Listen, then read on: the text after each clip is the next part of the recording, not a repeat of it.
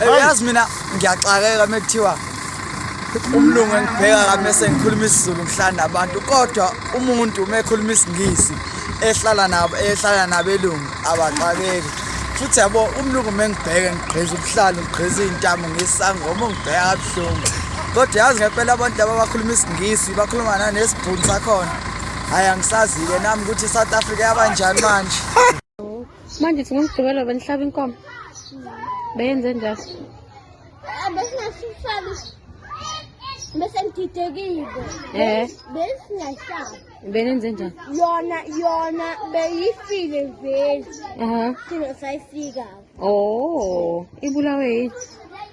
angazi kodwa khona ebulala kodwa ngazi ukuthi manje nadla inyama nazi najabule hayi thina abadoda mna isiduko sami ngumgiqwa yabo uje khithwa mvaba ngosana umama wami umakaba nozingatshitshiba nqozeni yabo unkosikazi uhlakanona makhulu unkosikazi wami uMadlamini ujama fakhane zizi kukula magwala yabo umama wakhe uMajola uqekebe mbankomo yaqona lento natsoke